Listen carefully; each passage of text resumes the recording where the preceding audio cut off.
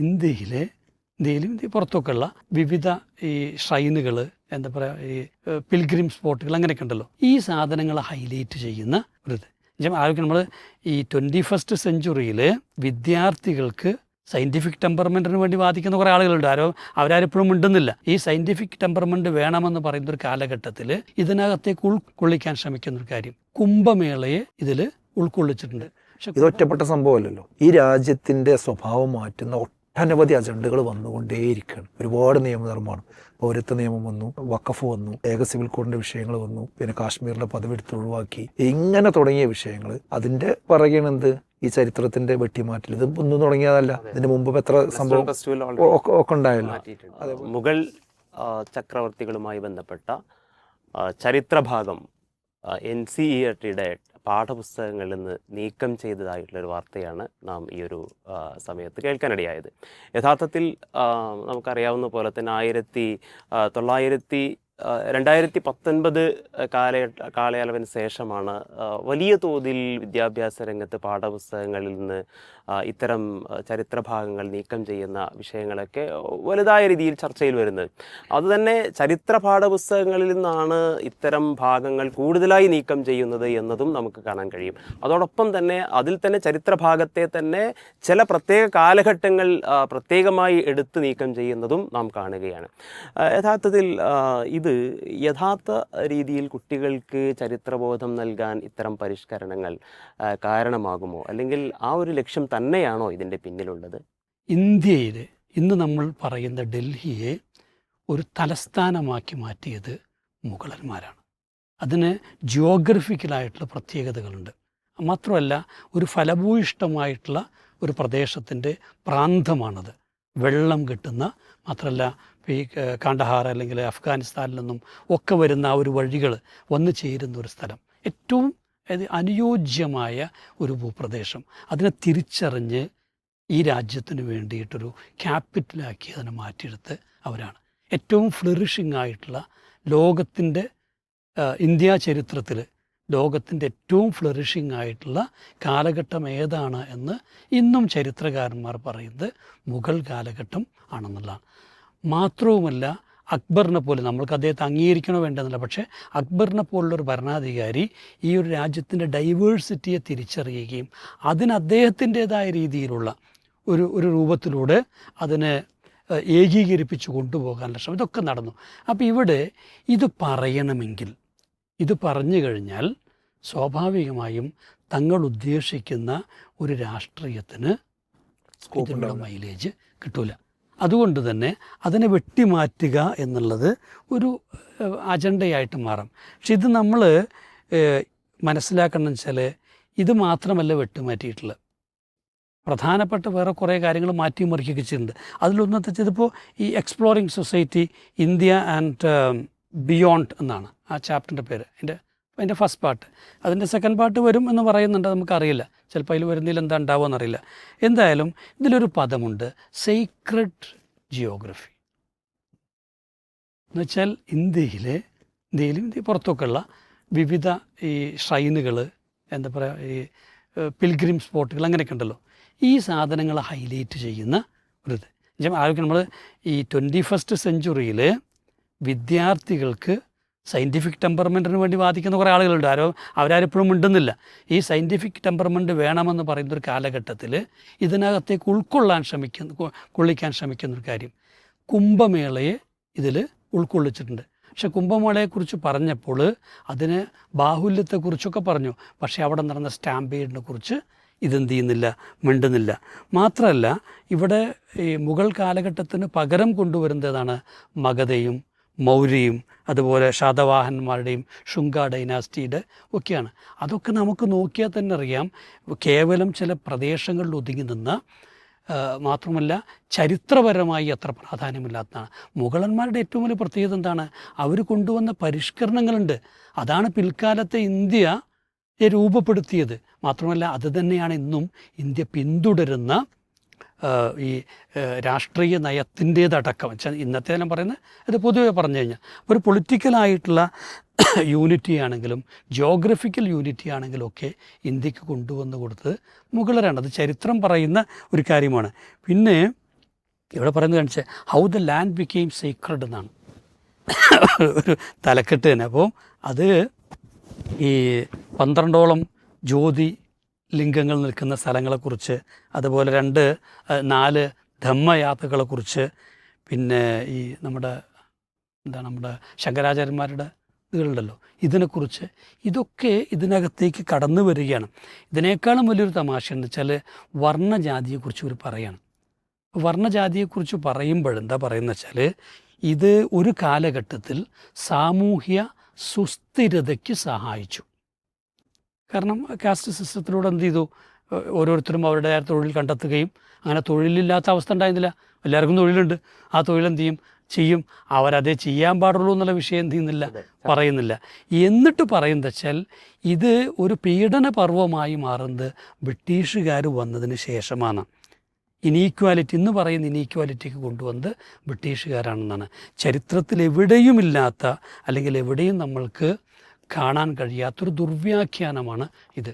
ഇതിൻ്റെ ഒപ്പം നമ്മൾ ഇന്നത്തെ ഈ make in India, Beti Bachao Beti ഹട്ടാവോന്നോ പത്താവോന്നോ ഈ പഠാവോ, ഈ ഇതുകളൊക്കെ എന്ത് ചെയ്തിട്ടുണ്ട്, കൊണ്ടുവന്നിട്ടുണ്ട്. അപ്പോൾ ഏറ്റവും മൈന്യൂട്ടായിട്ടുള്ള ചില കാര്യങ്ങൾ വരെ ഇതിലേക്ക് ഉൾക്കൊള്ളിക്കാൻ ശ്രമിക്കുമ്പോഴാണ് സർവ്വപ്രധാനമായിട്ട് ചില കാര്യങ്ങൾ തള്ളുന്നത്. ഇനി നമ്മളൊന്ന് ആലോചിച്ച് നോക്കുക, നാളെ ഈ കുട്ടികൾ അല്ലേ, ഇപ്പോൾ ചരിത്രം വായിച്ചു വരുമ്പോൾ എന്തോ ഒരു ശൂന്യത എനിക്ക് കാണും അല്ലേ. ബ്രിട്ടീഷുകാർ ആരെ പുറത്താക്കി, ആരെ പുറത്താക്കിയിട്ടാണ് എന്ത് ചെയ്തല്ലേ, ആരെ ഏത് രാജാവിനോട് ഏറ്റുമുട്ടിയിട്ടാണ് ഇന്ത്യ പിടിച്ചെടുത്തത്? അതിപ്പോൾ നമ്മുടെ ഇവിടുത്തെ കാസർഗോഡത്തെ വല്ല ആളുകളെയാണോ, തിരുവിതാംകൂറിലെ രാജാവിനെയാണോ, തെക്കേ ഇന്ത്യയിലാണോ എന്ന് ചോദിച്ചാൽ അതൊരു ചോദ്യമാണല്ലോ. അപ്പോൾ കുട്ടി അത് പഠിക്കാൻ ശ്രമിക്കുമ്പോഴോ, ഈ നാട്ടിലെ പാഠപുസ്തകങ്ങളോട് ആ കുട്ടി ഒരു ചരിത്ര അന്വേഷണമുള്ളൊരു കുതുകിയായൊരു വിദ്യാർത്ഥിക്ക് തോന്നാവുന്ന ജുഗുപ്സ് എത്രയാക്കാരം. ഈ നാട്ടിൽ ഇത്രയും വലിയ NCFും നാഷണൽ എഡ്യൂക്കേഷൻ പോളിസിയും അതിൻ്റെ FSും ASും ഇതൊക്കെ കൊണ്ടുവന്ന് വലിയ സാധനമായിട്ട് അവതരിപ്പിച്ച ഒരു സംഭവത്തിൽ ആ ചരിത്രത്തെ പോലും കൃത്യമായിട്ട് അവതരിപ്പിക്കാൻ കഴിഞ്ഞിട്ടുണ്ടെങ്കിൽ ഇവരൊക്കെ എന്ത് വിദ്യാഭ്യാസ വിചക്ഷണന്മാരാണ് എന്ന് ചോദിക്കൂലേ. മാത്രമല്ല, ഈ കുട്ടികളെ സംബന്ധിച്ചോളം പഠിപ്പിക്കുമ്പോൾ സത്യം പഠിപ്പിക്കൽ വളരെ പ്രധാനമാണല്ലോ. സത്യം പഠിപ്പിക്കാത്തിടത്തോളം കുട്ടികൾ വഴിതെറ്റവർക്ക് അനുകൂലമാകുന്നുള്ളതൊന്നുമില്ല, മറിച്ച് അവരുടെ കേവല ബോധത്തിൽ തന്നെ അത് പൂർണ്ണമായിട്ട് തമസ്കരിക്കും. അപ്പം അത് പൊതുവായ നിലയ്ക്ക് ഉണ്ടാക്കാൻ പോകുന്ന അപകടങ്ങൾ അതിനേക്കാൾ വേഗമാണ്. നമുക്കറിയാം, 1933 ഗീബൽസിൻ്റെ നേതൃത്വത്തിൽ ഈ കമ്മ്യൂണിസ്റ്റ് ആശയങ്ങളൊക്കെ ഉണ്ടായിരുന്ന പുസ്തകങ്ങളൊക്കെ ചുട്ടരിച്ചു. എന്നിട്ട് ഭയങ്കര പ്രചരണങ്ങൾ നടന്നു. അങ്ങനെയാണ് അതിനൊരു അന്തരീക്ഷം സൃഷ്ടിച്ചെടുക്കുന്നതിൻ്റെ ഭാഗമാണ്. അപ്പോൾ പുസ്തകങ്ങളിലോടുള്ള വിരോധം, ആശയങ്ങളിലുള്ള വിരോധം, ഇത് ഫാഷിസത്തിൻ്റെ ഒരു ഘടനയുടെ ഭാഗമാണ്. നമുക്കറിയാം, ഇപ്പോൾ സവർക്കറുടെ പുസ്തകമുണ്ട്, we or our nationhood defined എന്ന് പറയുന്ന പുസ്തകം. അതിനകത്ത് 3ാമത്തെ ചാപ്റ്ററിൽ അദ്ദേഹം ജർമ്മനിയെ, അത് നേഷണാലിറ്റിയെ, ദേശീയതയെ വിശദീകരിക്കുന്ന സമയത്ത് ലോകത്തിൻ്റെ പല ഭാഗത്തുമുള്ള ദേശീയത നമ്മൾ പഠിക്കേണ്ടതുണ്ടെന്ന് പറയും. ബ്രിട്ടൻ്റെയും റഷ്യയൊക്കെ പറയുന്നുണ്ട്. എന്നിട്ട് ജർമ്മനി അദ്ദേഹം ഹൈലൈറ്റ് ചെയ്ത് പറയുകയാണ്. അതിനകത്ത് പറയുന്ന ഒരു പ്രധാന കാര്യം എന്താ വെച്ചാൽ, ജർമ്മനിയുടെ ഭാഗമായിരുന്ന അല്ലെങ്കിൽ ഭാഗമാകേണ്ട ഈ പ്രഷ്യ, അതുപോലെ ചെക്കോസ്ലോവാസ്കിയ, ഓസ്ട്രിയ, ഇതിനെയൊക്കെ എന്ത് ചെയ്തു, ആക്രമിച്ചല്ലോ.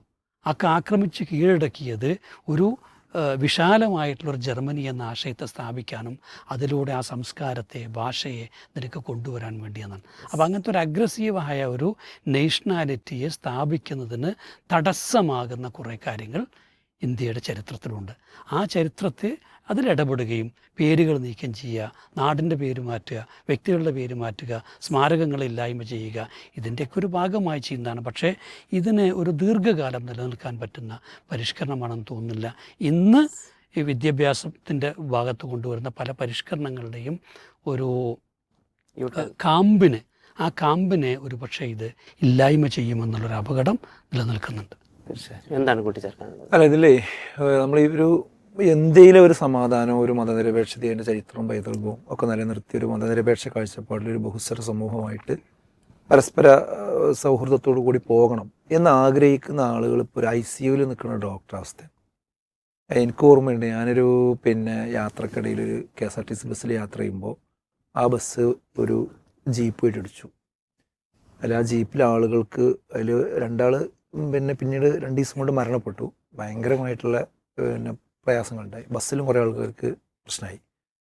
അങ്ങനെ ആ ആളുകളൊക്കെ എടുത്തിട്ട് പിന്നെ പല വണ്ടികളിലായിട്ട് ഹോസ്പിറ്റലിൽ കൊണ്ടുപോയി. ഞാൻ അങ്ങനെ മെഡിക്കൽ കോളേജിൽ ഒരു അനുഭവം എൻ്റെ അടുത്തുണ്ട്. അപ്പോൾ ഇത് നോയിട്ട് കൊണ്ടുവന്ന് പിന്നെ മെഡിക്കൽ കോളേജിൽ ആ സമയത്ത് ഇത് കുറവാണ്, ഡോക്ടേഴ്സ് ആ സമയത്ത് കാഷ്വാലിറ്റിയിൽ കുറവാണ്. അപ്പോൾ ഓരോരുത്തരെ കൊണ്ടുവന്ന് കിടത്തിയിട്ട് ഉള്ള ഡോക്ടേഴ്സ് ആരെടുത്തേക്കാണ് പോകണ്ടെന്നുള്ള അതിൽ ഒരാളടുത്ത് ചെല്ലുമ്പോൾ അയാളത് ഇങ്ങനെ ശരിയാക്കിക്കൊണ്ടിരിക്കുമ്പോൾ എനിക്ക് ഇപ്പോഴും ഓർമ്മയുണ്ട്, പിന്നെ സ്ട്രെച്ചർമെന്ന് ഒരാൾ പടഞ്ഞിട്ട് താഴത്തേക്ക് വീണു. അല്ലെങ്കിൽ തന്നെ അയാളെ അവസ്ഥ വളരെ പരിതാപം. എന്നിട്ട് ഞാനാണ് അയാളെ എടുത്തുകൊണ്ട് മുകളിലേക്ക് വെക്കുന്നത്. നമുക്കൊന്നും ചെയ്യാനും കഴിയില്ല.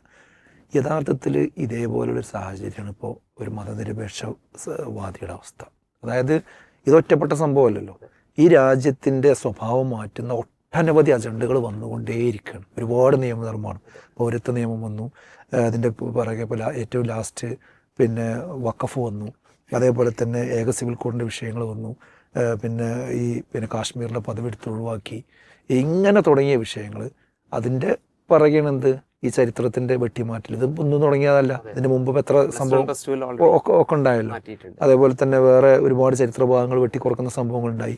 ആ കൂട്ടത്തിൽ ഇതും വരികയാണ്. അപ്പോൾ ഇതിങ്ങനെ വന്നുകൊണ്ട് ഒരു ആക്സിഡൻറ്റ് സംഭവിച്ച പോലെ അവിടുന്ന് ഒന്നിച്ച് ഒരു കാഷ്വാലിറ്റിയിലേക്ക് വരുമ്പോൾ ഏത് പ്രശ്നത്തിന് ആര് അഡ്രസ്സ് ചെയ്യും, ആർക്ക് അറ്റൻഷൻ കൊടുക്കും, ഏത് വിഷയത്തിനെ പരിഗണിക്കും എന്നറിയാത്തൊരു അന്തരീക്ഷം ഇവിടെ ഉണ്ട്. അതുകൊണ്ട് തന്നെ ഇതൊക്കെ എന്ത് ചെയ്യും, സംഗതി അങ്ങനെ പാസ്സായി പോകും. ഇതൊക്കെ കൊല്ലുകയാണല്ലോ വേണ്ടത്. എല്ലാവരും മരിച്ചോളും, ആർക്കും ശുശ്രൂഷ കിട്ടില്ലല്ലോ, ആർക്കും ശുശ്രൂഷ കിട്ടും. അപ്പോൾ ഇതിന് പരിഹാരം എന്താണെന്ന് വെച്ചാൽ ഇതൊരൊറ്റപ്പെട്ട സംഭവമല്ല, ഇതൊരു മൊത്തത്തിലുള്ളൊരു പ്രൊജക്റ്റിൻ്റെ ഭാഗമാണ്. കുറേ കാലങ്ങളായിട്ട് അവർ ഇന്നറിൽ സംസാരിച്ചുകൊണ്ടിരിക്കുന്ന വിഷയമാണ്. ഇപ്പോൾ ഈ സംഘപരിവാറും അവരുടെ ടീമും അവരുടെ ഒരു സമൂഹത്തിന് ഒരു വലിയ വാഗ്ദാനം കൊടുത്തിട്ടാണല്ലോ ഭരണത്തിൽ കയറിയിട്ടുള്ളത്. നമ്മൾ ഭരണത്തിൽ വന്നു കഴിഞ്ഞാൽ ഇങ്ങനെയൊക്കെ ചെയ്യും എന്നവർ പറഞ്ഞിട്ടുണ്ട്. ചരിത്രം മാറ്റും, പാഠപുസ്തകം തിരുത്തും, അതേപോലെ നിയമനിർമ്മാണങ്ങൾ കൊണ്ടുവരും, ഇതൊക്കെ അവർ പറഞ്ഞതാണ്. അപ്പോൾ അവരുടെ കമ്മ്യൂണിറ്റിയോട് ഇനിയിപ്പോൾ ഒരു മൂന്നാമത്തെ ടേം കൂടി ഭരണത്തിൽ വരണമെങ്കിൽ എന്ത് വേണം, അവരുടെ ഒരു ഇന്നർ ഇതിൽ കൊടുത്ത വാഗ്ദാനങ്ങൾ നടപ്പാക്കാൻ ഞങ്ങൾ ശ്രമിച്ചു, ഞങ്ങൾ നടപ്പാക്കി.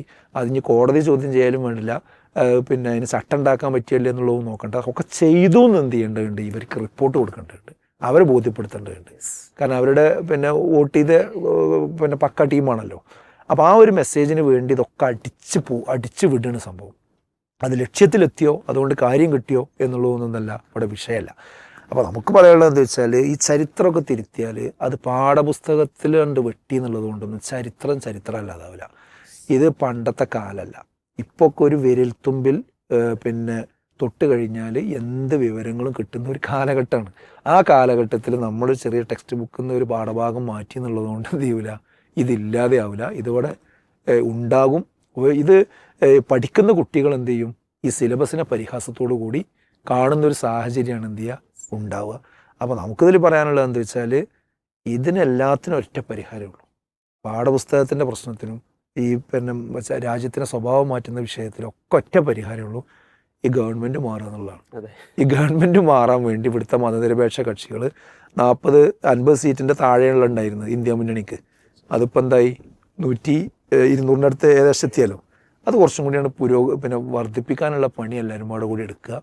ഭരണം മാറുന്നതോടുകൂടി ഈ പോയ ചരിത്രത്തെയൊക്കെ എന്ത് ചെയ്യാൻ പറ്റും, തിരിച്ചു കൊണ്ടുവരാൻ പറ്റും. അതുപോലെ തന്നെ കരിനിയമങ്ങളൊക്കെ ഇല്ലാതെയാക്കാൻ പറ്റും. എല്ലാത്തിനും ശാശ്വത പരിഹാരം ഒറ്റമൂലിയാണ്. അതിനുള്ള പണി എല്ലാവരും കൂടെ എടുക്കുക. അല്ലാതെ ഇതിന് പ്ലാസ്റ്റർ ഒട്ടിച്ചുകൊണ്ട് എന്ത് ചെയ്യില്ല, വിഷയം തീരില്ല. തീർച്ചയായും വളരെ വ്യക്തമാണ് കാര്യങ്ങൾ. ഈ ഒരു എപ്പിസോഡ് ഇതോടുകൂടി അവസാനിക്കുകയാണ്. അസ്സലാമു അലൈക്കും വറഹ്മത്തുള്ളാഹി വബറകാതുഹു.